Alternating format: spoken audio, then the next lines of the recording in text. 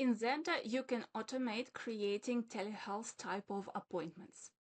To do that, we will need to set up a special type of locations for telehealth calls. Let us do that.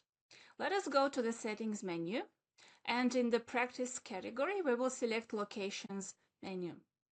Here, you will either create a new location or edit an existing locations that you've already configured. Let us click on the location that I created, or you will be doing a new location setup. You will fill all the fields that are necessary for you, enter all the location information that you'd like to add. And in the location type, let's select telehealth video call.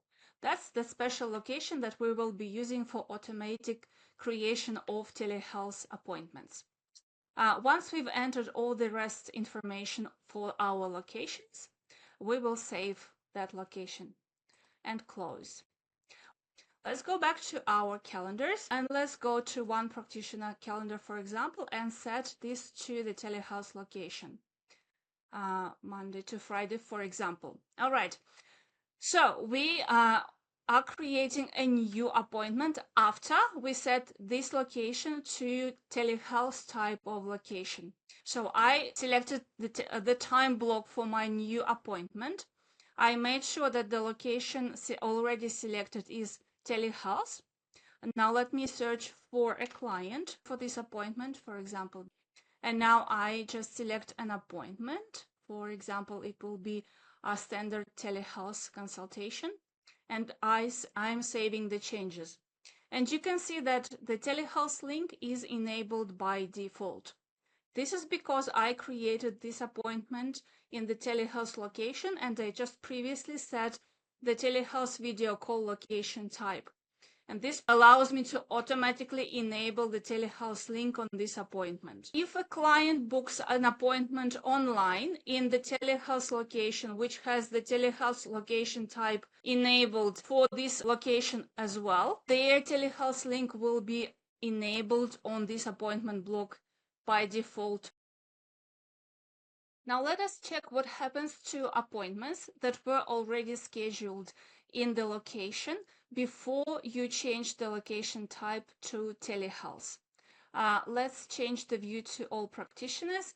And now we see that some appointments were scheduled here before the telehealth location type was added. And if we click on one of those locations, we will see that the telehealth link hasn't been enabled by default. Please be mindful of that and check if you need to enable those links and do this manually. And save the changes. When a new telehealth appointment is created and telehealth link is enabled either automatically or manually, each new appointment will have its own unique Zoom Telehealth link. The same link will be used for any type of Zoom Telehealth that Zenda provides. It means that for Zoom Basic, Zoom Telehealth Pro, or Zoom Bring Your Own Telehealth, the same link will be used. A practitioner will access their Zoom session link here, just clicking on the Start button. And you can share client Zoom Telehealth link either through reminders or pre-appointment automations, or by manually sending copying link. Just click copy. It will be copied to your clipboard, and you can share the link with your client either through SMS or email manually. In Zenda, each practitioner is able to connect their calendar with their own Zoom account. We call it Zoom BYO Telehealth, or Bring Your Own License. This is how it's done. If you are a practitioner who has access to your own practitioner profile settings, these are instructions for you. Once you have logged into your Zoom account, click on the account business name here at the top right, and your user profile menu will open. Click Practitioner Profile. This will open your practitioner profile menu. Click Zoom BYO integration. Here you will see this button, Connect to Zoom. And the integration will ask you to log in into your Zoom account. And then confirm that you allow these permissions. And that's it. the connection is done. And from now on, whenever you start a Zoom Telehealth session from your Zendesk account, you will use all your Zoom account settings, permissions, and all those benefits that you have set for your own Zoom account. And anytime that you want to disconnect from your own Zoom, you will just follow the same steps. Log into your Zendesk account, click on the business name at the top, click practitioner profile, open your practitioner menu, click Zoom BYO integration, and disconnect from Zoom. Now, the following steps are for the account owners and for the practice managers if you need to help other practitioners to set up their Zoom BYO settings. An important note is that a practitioner must be disconnected from Zoom Telehealth Pro in order to connect to Zoom Telehealth BYO. Let me show you how that works. So let's go into another practitioner profile, Zoom BYO integration. So if a practitioner is connected to Telehealth Pro, you won't see an option to connect to their own Zoom account. There will be an explanation for this. And in that case, the practice manager or another user with access to the settings menu will need to go to communication options, click Configure Telehealth Pro, and disconnect this practitioner from Zoom Telehealth Pro if they're requested to connect them to Zoom BYO. Let's disable Telehealth Pro and confirm. And let's close that. Once you've disconnected the practitioner from Telehealth Pro, they will be enabled to link their own practitioner profile with their own Zoom license. They can do this through their own user menu by clicking on practitioner profile. If they don't have access to the practitioner profile, you can enable this through settings, user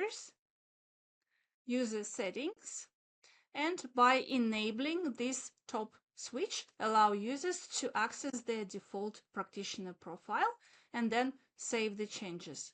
If you do not wish to allow users to access their default practitioner profile, you will need to help them to set up that connection to Zoom BYO on their own device. Let us now start the Zoom BYO session and see how that works. We'll create an appointment. We created it in our telehealth type location, so the link is enabled by default. And we just click Start as a practitioner. And the Start a Telehealth Session screen opens. It's a Zoom BYO account is used. And again, there's an appointment information, client name, start date, and start time. And we have two options to start in browser or start with app. Choose whatever works better for you. Or you can also start a test meeting to check internet connection and check how your camera and microphone work. And whenever you are ready, start the call. In contrast to Zoom Basic or Zoom Telehealth Pro calls, the characteristics of a Zoom BYO call will depend on your own Zoom account. So the duration of the call, the limitation of the participants will depend on how your own Zoom account. To round up our tutorial, I would like to share some information that would be interesting for the practice owners, for practice managers, just to give you an overview of the telehealth usage in your practice.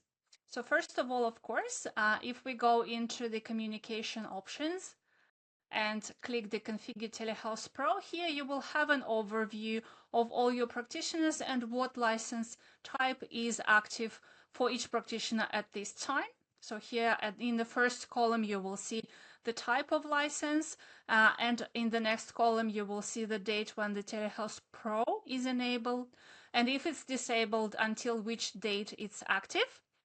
In the last column, you will see how many Pro calls have been used if the Telehealth Basic is enabled for anyone. So that's one point in the communication options. That's an overview of your current situation per each practitioner. Then we have a report, which is available in the reports system reports. It's called Telehealth Sessions. So here, let us start maybe from the 1st of January and run the report. So here you have the report where we have listed all the telehealth appointments that have been run, practitioner name, when the session started, how many concurrent participants have been in the session duration time, and the status of the session. Let me check if more. No. So that's all the information that is available in this report. And as always, this report can be printed or exported into the Excel or PDF. And you can work with that. And one more bit of information that is available on a different level. So if you have access to the log file, you can filter information and see some user activity regarding the telehealth feature. So for example, let me set this up even for today. I was recording this video for you. I have enabled and disabled telehealth subscriptions for multiple practitioners many times. So let's see how that's recorded as a user activity. I will filter the log file per the page name. Okay, there you go. So just type telehealth in the page name, set up the date filter. You can filter this per user. I'll do the all users filter for now. Click go. And here you can see all the user activity. It's helpful if you want to see when Telehealth Pro subscription, for example, was enabled or disabled per a specific practitioner, when BYO was connected or disconnected, and so on. Just if you need to have this specific information. So that's how you can have an overview of a Zoom Telehealth subscription activity in your account. That's all for now. I hope you found this video useful and that you enjoy using our Zoom Telehealth feature, and I will see you another time.